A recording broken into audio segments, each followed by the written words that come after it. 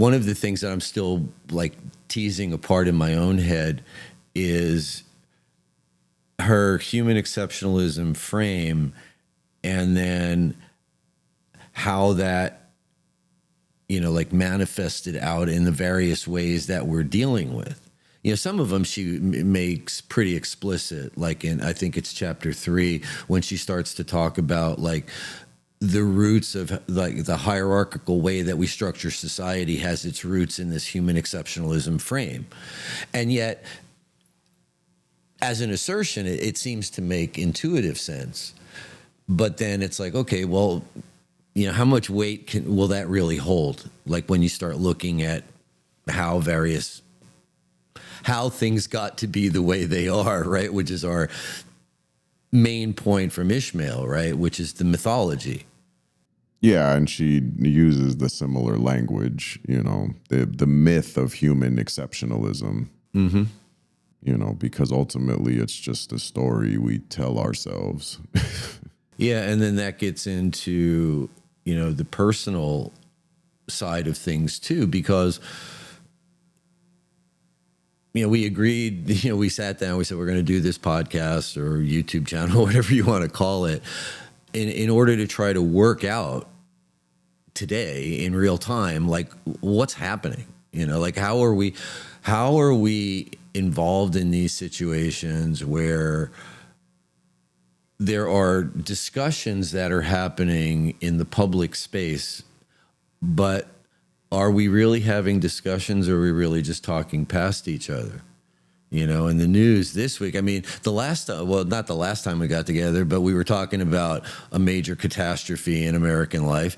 And over this last weekend, we had like carnage squared. There was like 6 mass shootings, and just craziness. Right. And within this civilizational frame, there's a bunch of stories that are going around as to what's causing all this chaos.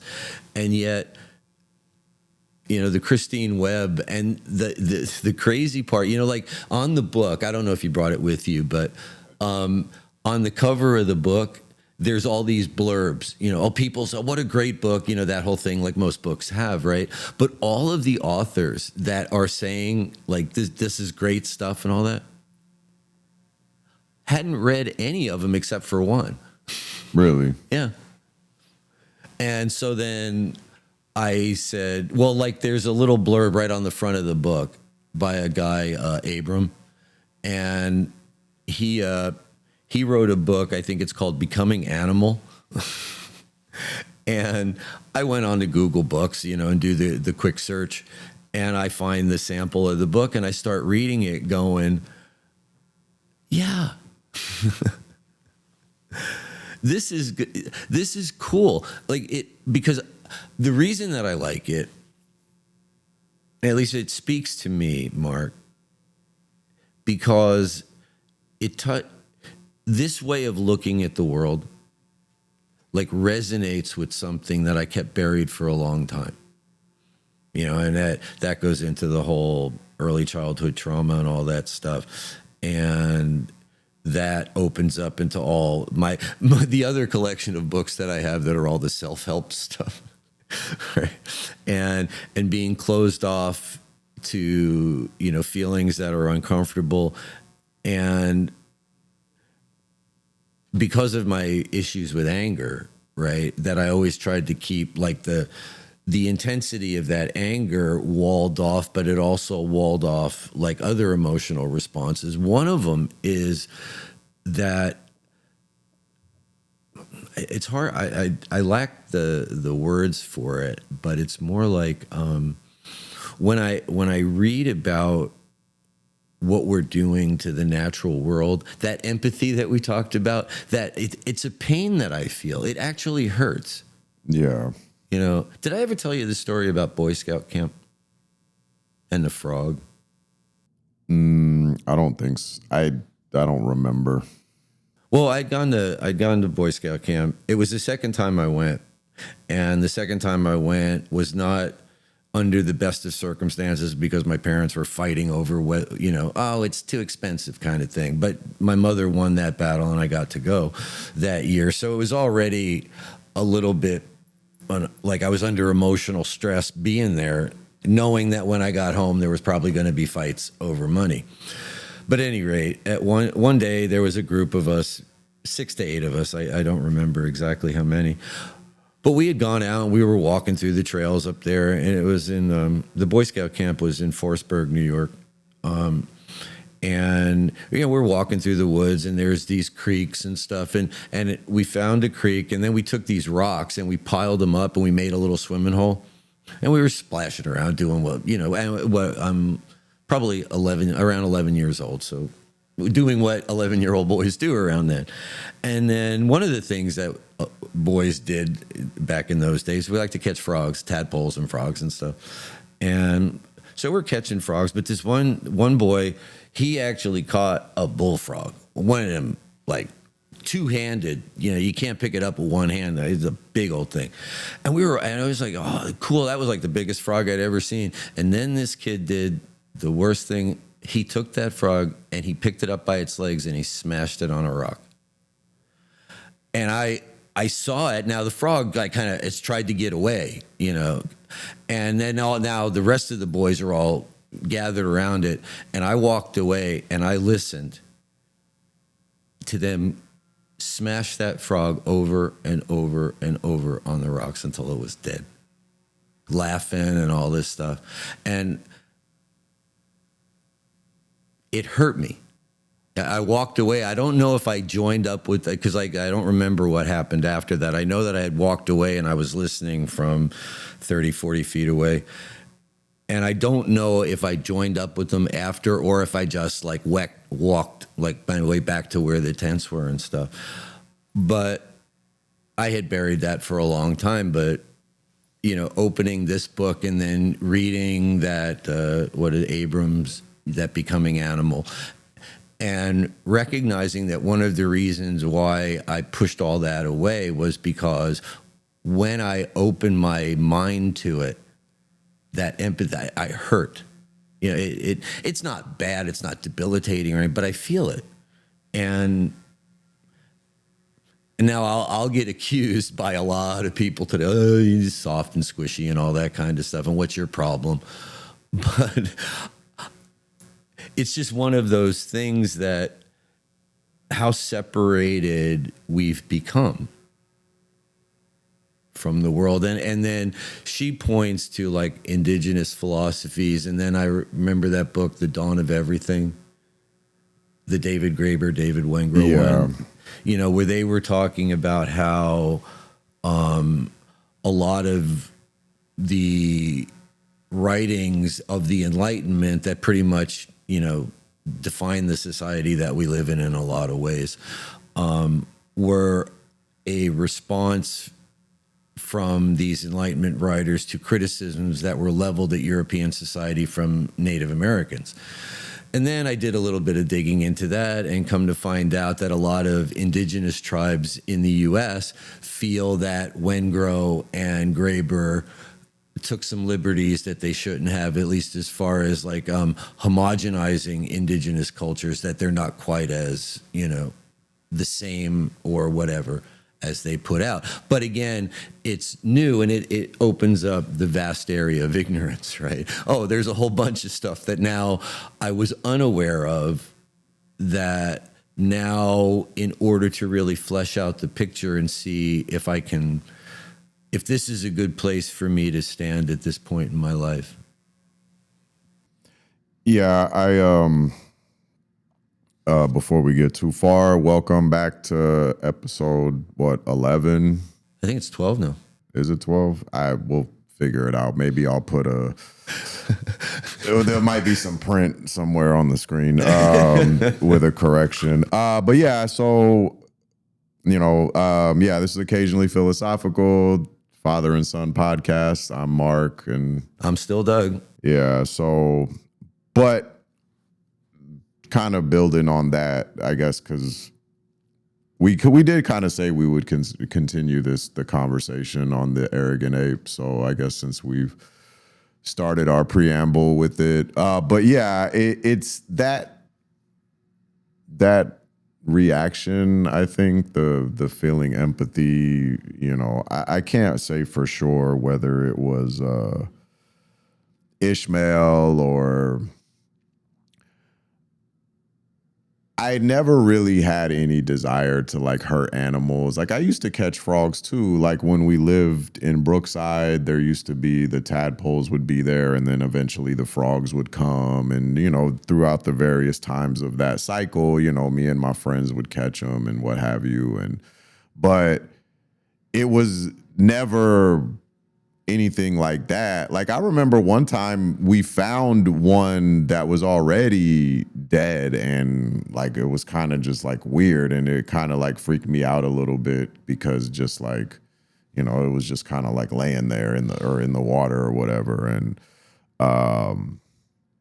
but yeah, I always had a curiosity for nature. I think part of it growing up in the city, basically, it's like there's not very many opportunities.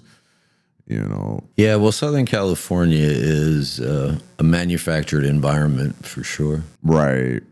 Yeah. So except for the beach. Yeah, which is still somewhat manufactured in a way.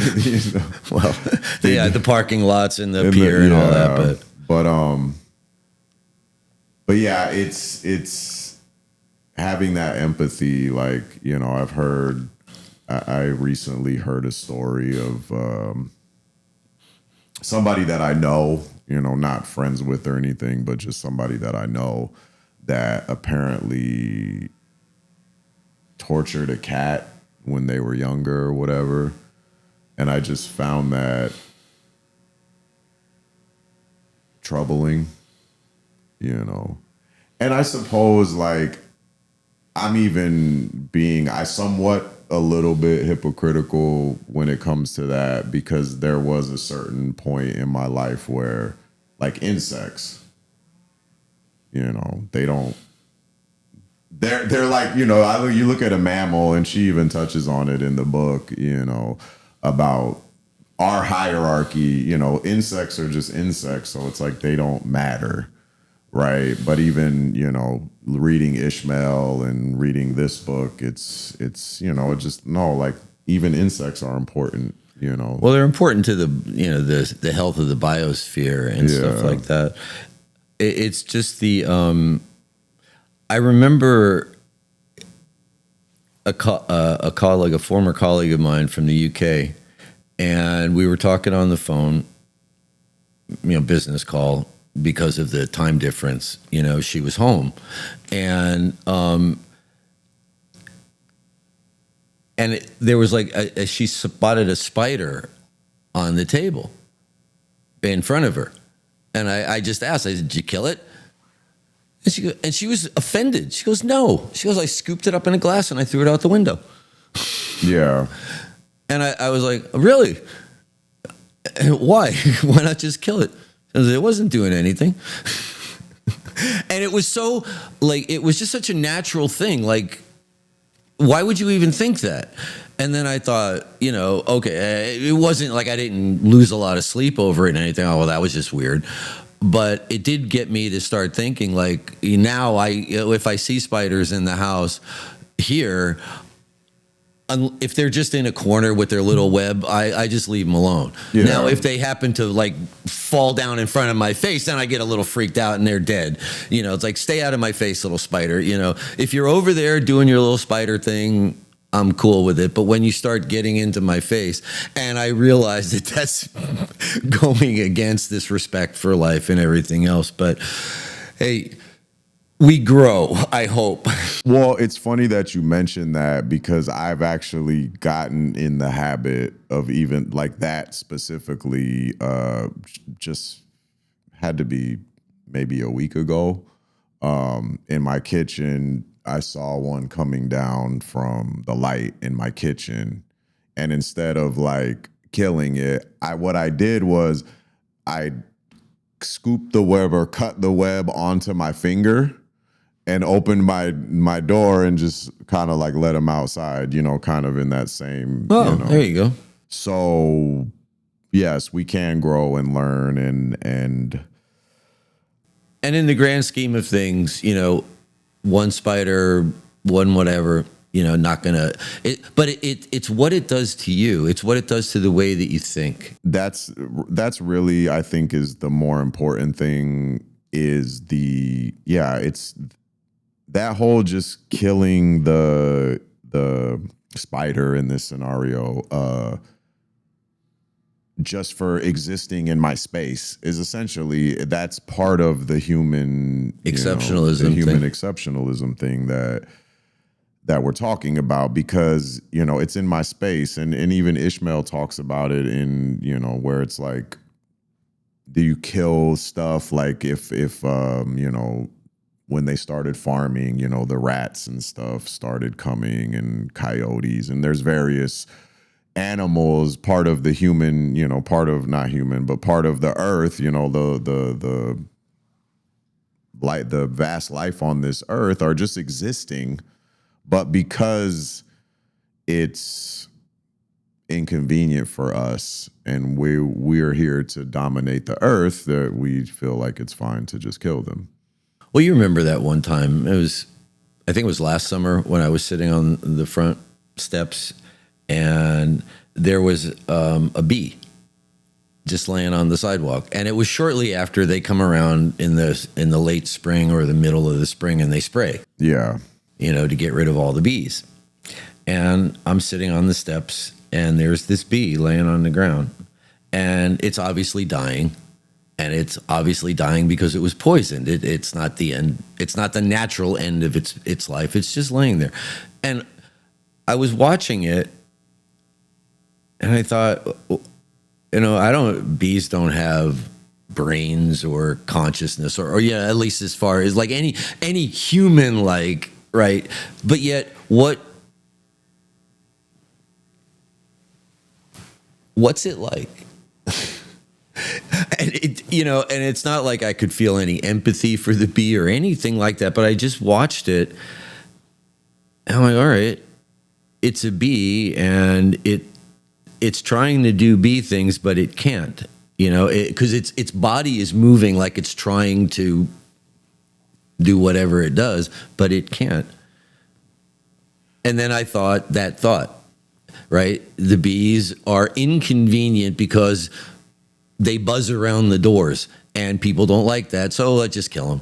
But never mind the fact that they're pollinating and all the stuff that helps the wider biosphere. Yeah, and actually, you just reminded me of like one of the things that she talks about in the book that I found very interesting about, like, the bee communication, how like the bee will go find a source of food, pollen, and or I think the nectar, actually, but anyways, they just happen to grab the pollen and flow it around. But anyways, the thing that I found was interesting was they would go find a flower or whatever, bunch of flowers and food, and then come back to the beehive, and they would do a dance to the other bees, or and they initially, it's like that weird pattern that we probably seen them do it, but it was actually, anyways, they found out when they were studying them that the angle and the length of the dance was actually them communicating what the angle was to the sun. So if they were at like a 30-degree angle, like tilting their bodies at a 30-degree angle, that meant you need to keep the sun at a go 30-degree angle from the sun, and then the distance or the length of time that they did it was the actual distance. So if like, I think in her example, it was if they did it for 1 second, that was like 1,000 meters away, or whatever. So it's like, and the angle was, so it's just, yeah, they're thinking something, Well, they're communicating. They're communicating, so there's some level, and that's of, the that's the counterexample to the human exceptionalism. Like at every the structure of the book seems to be like you start out with this idea of, is it in that book where she references Daniel Gilbert, where it's like, in the life of every scientist, they're going to have to write the sentence? Is it in that book? Oh, well, it was for every, not scientist, but I think psychologist Or something, but Yeah, it was, yeah. but it's the sentence, yeah. right? And it's like, what makes humans unique or Or separate, this is what makes, yeah. right? And the book basically is each one of those things. It's nope. It's communication. Nope. Insects do it. Birds do it. Is it this? Nope. Is it tool making? Nope. Crows do it. Chimpanzees do it. Is it this? Nope. Not that either. Yeah. And she knocks them all down. It's sort of one at a time, going, yeah, this, because in the beginning of the book, and I think that's an important point, is that the uniqueness, right? Like, in fact, there was one biologist, I think, who ended up in a scandal for falsifying data, as I found out, digging in a little bit more. But his name was Mark Hauser, and I don't know all the details. I have it on the iPad on what exactly happened, but apparently it didn't really it kind of ruined his reputation. But I don't really think in this particular instance it really undermined his human. He called it humaniqueness, right? Yeah. Like what makes humans unique. But then when I was looking up that term, I encountered an essay on edge.org by someone else who was saying there's one of those scientific ideas that it's time to retire, that this thing that makes humans unique.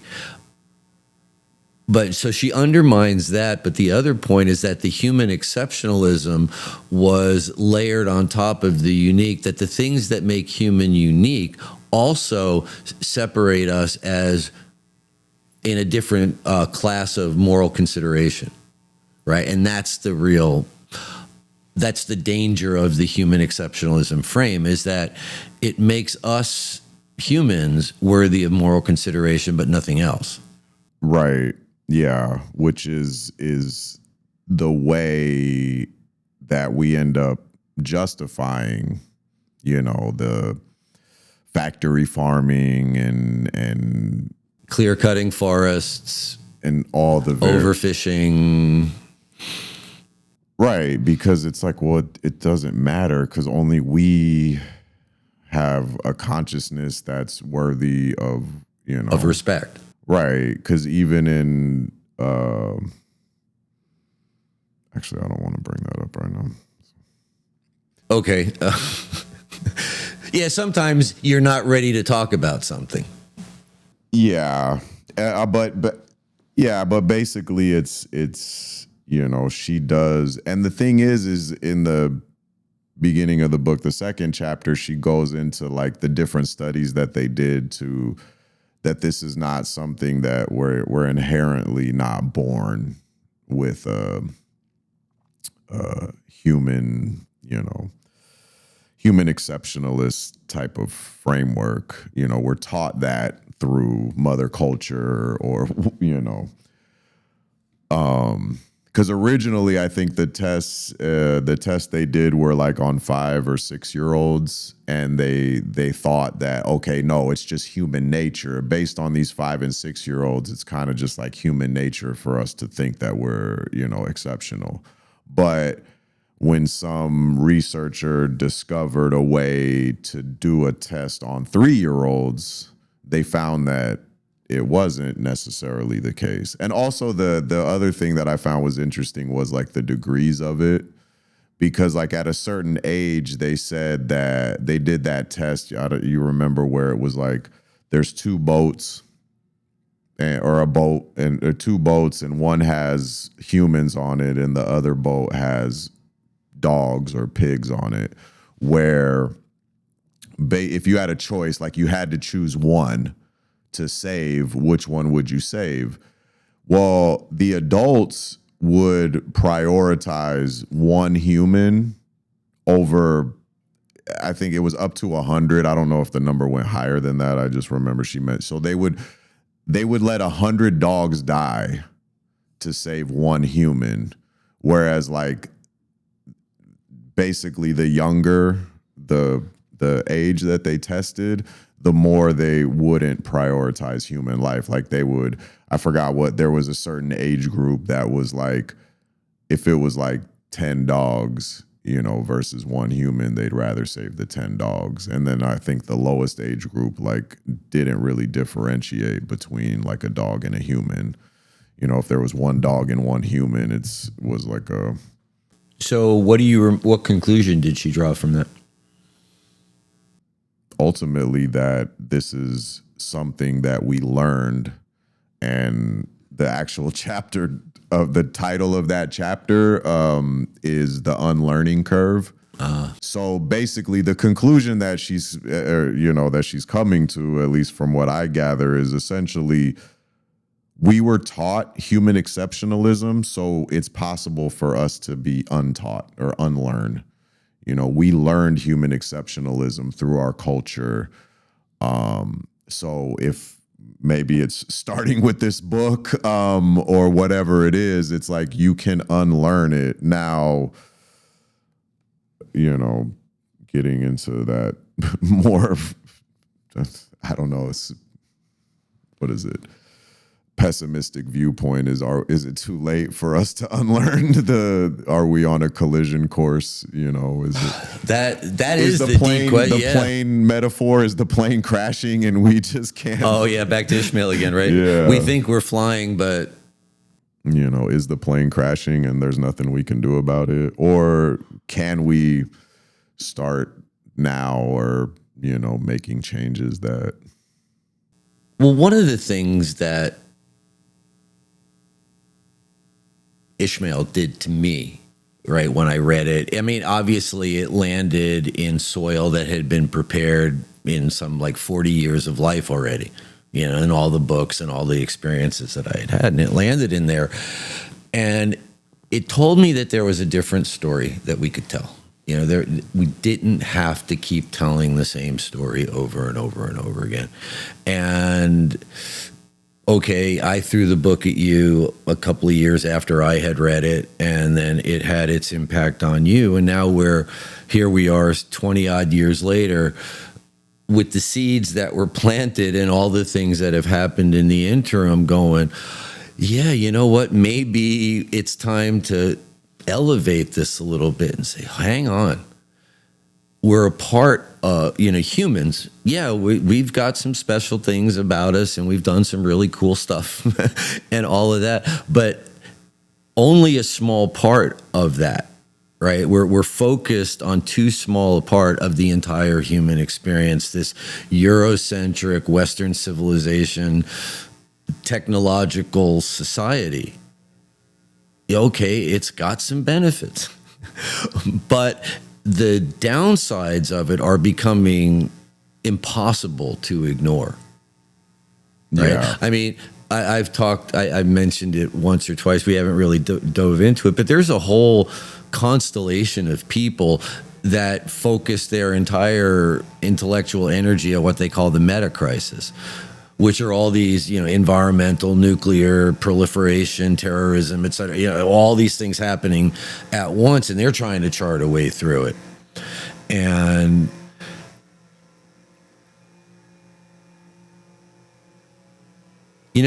normally on Wednesdays, we don't have gardeners around here. They come on Mondays. Yeah. So,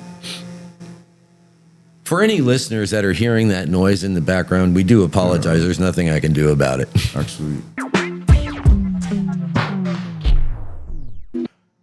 one of the things, I don't know if we brought it up last time, but what does she call it? The differential imperative. No, I don't recall us talking about that. So what is the differential imperative? Also, the compulsion to contrast. It's kind of, we touched on it a little bit, that whole what makes us different.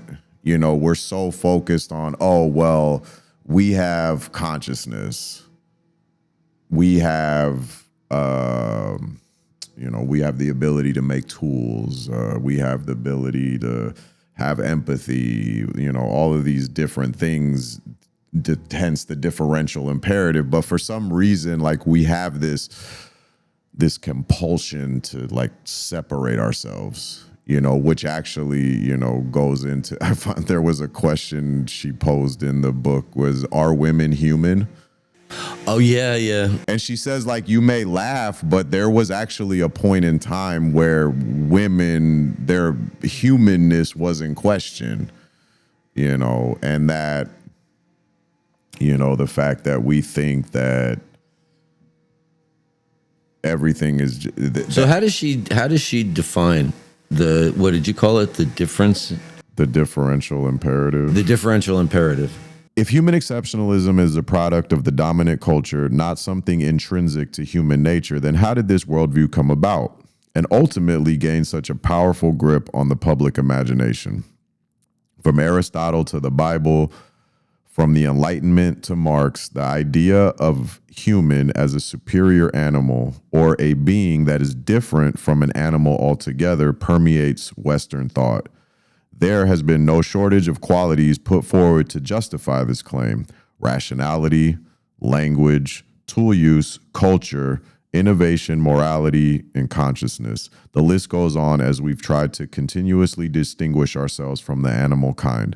Political scientist John Rodman called this the differential imperative because it resembles our almost compulsive need to identify the differences between us and other species that confirm our supposed superiority. Okay, so she got it from a political scientist. Yes. Okay. Right. So, but you can kind of see it in the like everything, you know. Are women human? Are they? I guess it's like when the scientists that are studying all this stuff, that where she goes through like, okay, animal, or we have consciousness and animals don't.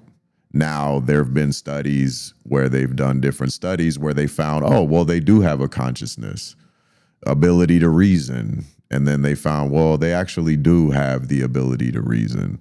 Oh, tool use. You said the crows use tools, chimpanzees and other, you know, apes and monkeys and a lot of different animals, even octopuses she mentions, you know, elephants, you know, all these various different animals use tools, you know, and it's like the more it's like basically like you said a second ago, the more they make these differences, the more, or as the book goes on, I should say, the more she chops down all of these differences. Right. And if you go to the back of the book, there are references, right? Right. You want to, this study. Like one of the things that I thought was fascinating, because this was one of the things that when I was a young man, newly out of the Army, sitting around, you know, drinking and getting high and just whatever, we would have these weird conversations that young people will when they're all effed up.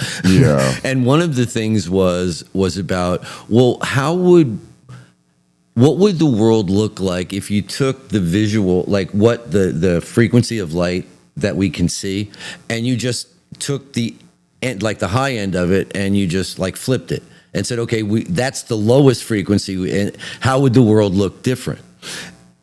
And we would, you know, you'd have no way of knowing it. You just laugh about it, and you know, and that. But then I'm reading in that book when and I think maybe it's birds, but like in the human eye we have rods and cones and we can see certain. But then there's like certain creatures that have like 12 different receptors in their eyes. Yeah. And so then obviously our visual acuity is not the best, right? Which again, as far as like what makes humans so great and awesome. Right. But then I think, what would the world look like if you had that kind of color perception? Yeah. You know, and that's the thing that I think it's just important for me, and I don't know how to communicate it to the world at large. Like if you can just stop for a minute and back up and just allow yourself to imagine, well, what would the world be like? And could, and now the other thing that it stands out for me, and it jumped out for me because of my issues like that came up when I was trying to deal with AI. Yeah. Right. And all the issues that come up with that, which we'll be talking about, as this develops.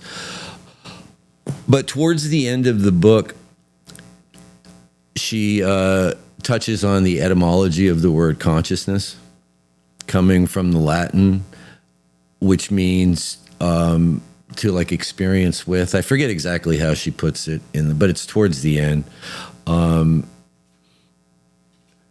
But consciousness is relational, right? In that formulation, as I am trying to grab back onto it again. But yeah, that consciousness is relational. It doesn't just that. Yeah, I'm sorry, I have to back up. This happens to me. Early on in the book, when she's laying out like how the doctrine of human exceptionalism arose, one of the philosophers who really nailed it down as far as like modern thinking goes was Descartes, with his separation of physical from the mental. Yeah. Right? That mind is or I don't know if supervenes on, but anyway, it's something separate from the body. The body. And so when you get to the end of the book and she uses that etymology of the word consciousness as that, if you look it up in the index. That's what I'm doing. Oh, okay. As like feeling with, then suddenly the relational aspect of it comes in, that I'm not conscious by myself, right? But I'm conscious because I'm interacting with the world. Yeah. Right. And then that got me thinking about how some people are attributing like sentience to these AIs. And then I got to thinking, well, there's a weird idea. If consciousness is at least partially based in relating, yeah, then we might be looking at something new coming up with the interaction between a human and these large language models or whatever they are. Although that's a new thought, and I have to give that a lot of attention. Did you find it? I'm not sure. I'm trying to look up the word consciousness, and I'm not sure if I'm finding like what you're looking for. Oh, I don't know. It's not that, we don't need to find it right now. I mean, that there's a lot to assimilate in that book, because when I first started, we talked about it last week. I got home, I set it off to the side for a couple of days just to let it simmer in my head.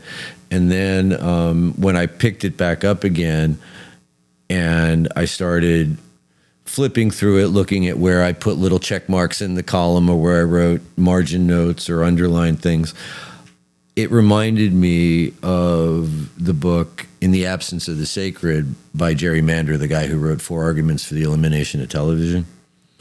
Because she makes mention in the book of studies done with children of a certain age, like ones that are brought up in straight urban environments, the city, nothing but sidewalks and buildings and straight lines and angles, versus children brought up in like suburban, or at least with exposure to nature, and how on certain cognitive tests, the ones that were raised in the urban environments showed a greater rigidity in their thinking versus ones that had been exposed to nature. And that reminded me of the Jerry Mander book, because in that book he talked the same thing about how the straight lines and the angular geometry that our minds have created have the consequence then of making our thinking be more boxed in and linear and not as free flowing. And so I started getting lost in that book again because, and the tie-in to Webb's book is quite profound actually, because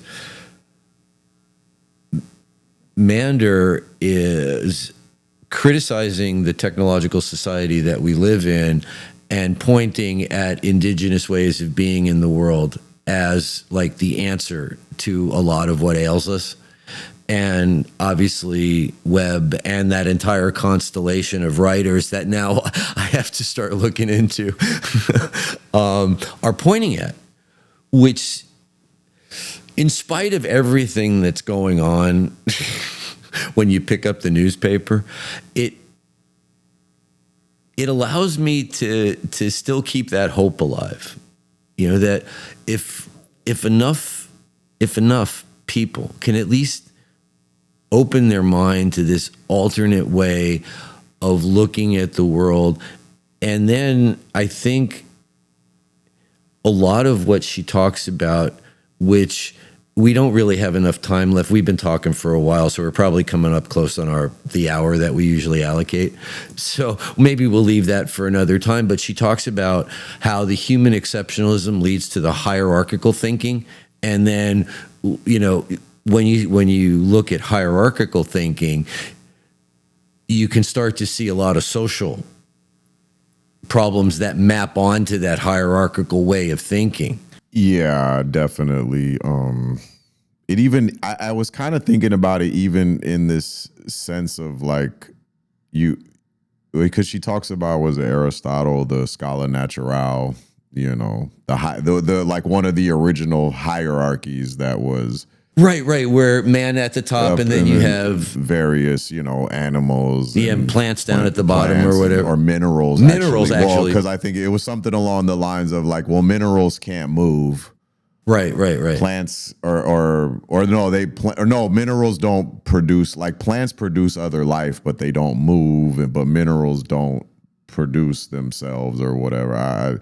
But yeah, that whole hierarchy, when you know, you see the mother culture, it's even like how it permeates everything. It made me start thinking about like competition, just like, oh, I'm the best at XYZ, or whether it's sports or anything. And just the aspect of it, that it is culture. The example that I saw recently that kind of showed me that even that is just taught to us was that I mentioned it to you, the YouTuber he's just a travel YouTuber. He goes to a bunch of different countries. He loves to travel, so he decided to, hey, why not film myself and make money off of it? But he went to this hunter-gatherer tribe in Africa. You know, they still live the whole hunter-gatherer lifestyle, right? And he asked them a question, and he was like, who's the best hunter? And you did tell me that story. And they were like, what are you talking about? Like, we all hunt. And he's like, no, but like, who's the best? And they're like, the premise of the question was like foreign to them. Like, no, we all hunt. We all go out and hunt, and we, you know. I think I might have mentioned to you that book, Dark Matter of the Mind, where the guy, he went down to Brazil or whatever, to the rainforest, and he was trying to convert this tribe in the rainforest to Christianity. And after a couple of years, he gave up. He ended up becoming an atheist, oddly enough. But he gave up. And then in this book, Dark Matter of the Mind, he lists like 15 things that culturally they couldn't. It just doesn't exist for them. And I think that's basically what you're saying, right? Like this concept of the best hunter is just alien. It doesn't exist in their world at all. Right. And that just kind of reminded me, because when I saw that video, it was right after we started reading this book. And so it kind of, that's how I made that connection, where it was okay, human exceptionalism is a Western, weird Western educated industrial Rich and democratic. rich and democratic people. Like this is main. So like these people that are still living, the lever lifestyle, back to Ishmael, is this whole concept is just foreign to them. The hierarchy, they go hunt to eat, and they're not factory farming. They're not having a whole bunch of chickens and just all in cages. They're going out. They're Well, they have their life, Right. But the salient point is that when we mentioned it when we were talking about it last week, when the measurement stick is human, everyone else is going to come up short. Right. Right. Well, when the measuring stick is Western technological society, then every other society is going to come up short.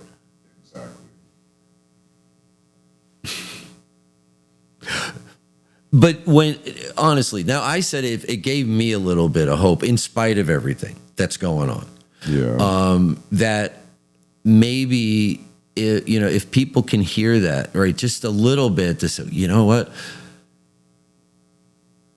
Maybe we're not all that. Maybe we are part of something bigger that's all interrelated. Where did I see? This is one of the things that happens when I start to try to assimilate a book, because it makes so many connections to so many other things that I've encountered. I don't know if it's in that book or whatever, but it was like the reintroduction of wolves back to Yellowstone Park. Like when they were doing it, it was, oh, no. And then it turned out that by reintroducing the wolves, they hunted elk, and that the decrease in the elk population then allowed something else to happen. And just that one thing, the reintroduction of wolves to Yellowstone, and the park transformed and is alive and thriving. Right. And so my hope is that things like that get out there and open up a couple of other people to say, yeah, all right, how do we fit in the thing? How does that work? How do you insert that story into the national dialogue when everyone seems more consumed with, well, let me find something to hate, or let me find something to be angry about? I that's another thing that, and I get caught up in it too. You get caught up in the news cycle, and it's just this like one small incident, and you find yourself getting upset about it. And then books like this, it kind of like helps me kind of zoom out, I guess, in a way where it's like, yeah, I mean, is that situation a bad situation? Yeah, whatever came up on your TikTok feed or whatever, undesirable, or maybe the outcome wasn't great, but in the grand, ultimately, depending on what the situation is, it's probably rooted in this, somewhere, in human exceptionalism. And oh, geez, I had one of those like brain fart things. Yeah, the thought's almost formed and then it runs away. Yeah. But yeah, ultimately it's like all of these things, and it's like I guess I kind of caught it, the zooming out part. It's like, is this really important? Like, and if I zoom out even further, like I've had these thoughts where it's like, this country's at war with this country, pick whichever side you want to pick. There's a ton of them going on right now. But ultimately, like if you zoom out even further, like we're just on this ball of dirt, or however simple you want to call it. We're just on this ball of dust in the middle of this vast universe that's like so large. Can I let my deadhead come out? Sure. Picture a bright blue ball just spinning free, dizzy with possibilities. And any deadhead knows where that comes from. Yeah. And we're all fighting over what? Like at the end of the day, and once again, it's rooted in this, the differential imperative. Like part of the whole reason why these countries are warring is because it's like you don't agree with what I agree with, or my way of life is different from yours. When we always have to make ourselves different, separate, make us are unique in some way. And go ahead.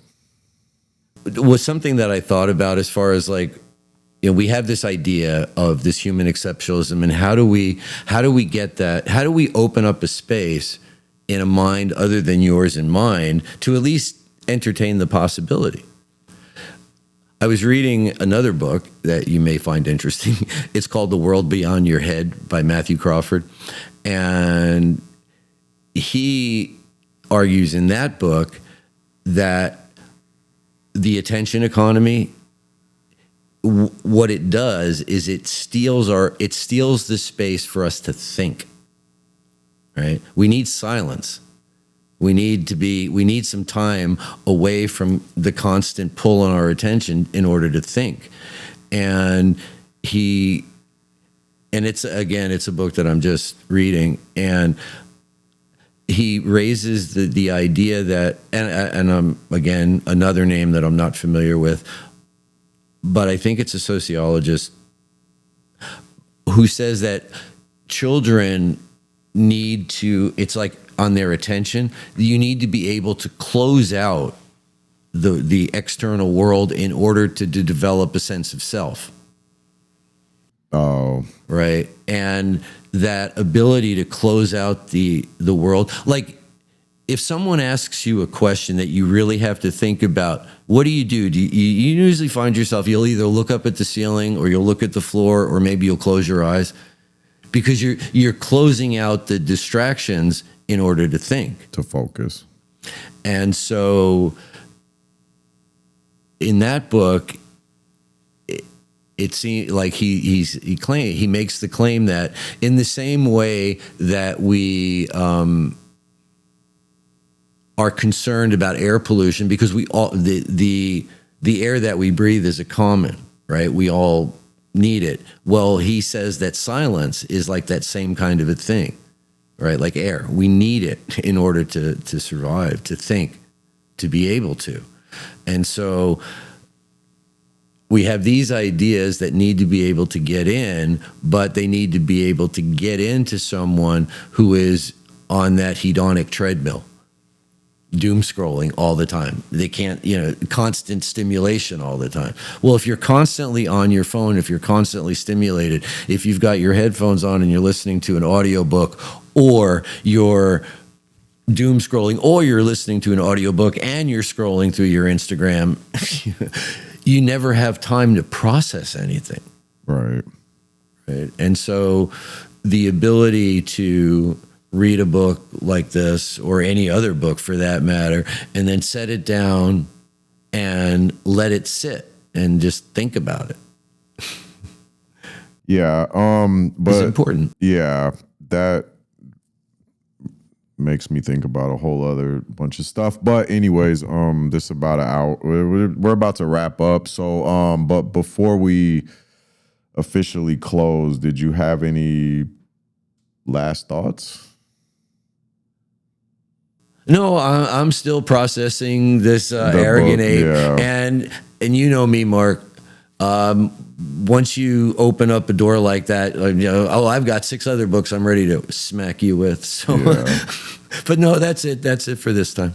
I do have one closing thought that because we're talking about the differential imperative and how we have this need to focus on the differences, and I think I believe she mentions this somewhere in the book, but I think it's more important for all of us to focus more on the similarities instead of the differences.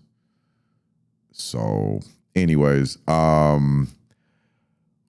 that's the final thought. So once again, this is occasionally philosophical. Thanks for joining us. Like, subscribe, all that fun stuff. And and comment.